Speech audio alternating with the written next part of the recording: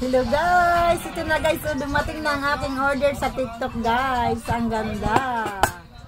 Mura lang siya guys. Lagyanan siya guys ng mantika. Ito guys, oh, may salaan siya. Ito guys, isasala dito guys yung mga mantika. Yung mantika na ginamit na guys sa pagprito. Isasala mo dito guys, ilalagay mo siya dyan. Isasala guys.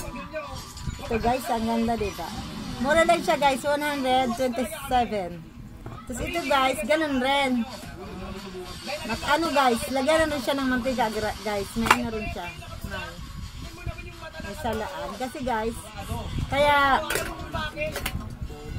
naging dalawa ito guys. Kasi, ito kasi guys, ang una kong nakita dun sa TikTok. Tapos, nung na-order ko na siya guys, ayun nakita ko ito guys. Ang ganda nito. Ang ganda niya.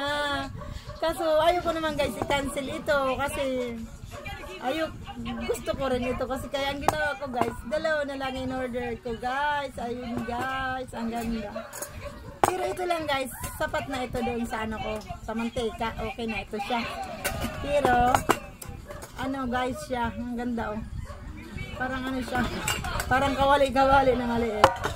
Pero guys, ito, pwede rin to mo magawa ko guys ice candy. Ito na lang guys, isasalin ko dito ang ice candy ko. Tapos guys, ito na lang ang igaganon ko sa plastic ng ice candy guys. Ayun, ang ganda. Happy New Year! Happy New Year! Pwede na to. Ayun lang guys. Thank you for watching. Salamat TikTok. Thank you po sa inyong lahat. Ayun lang guys.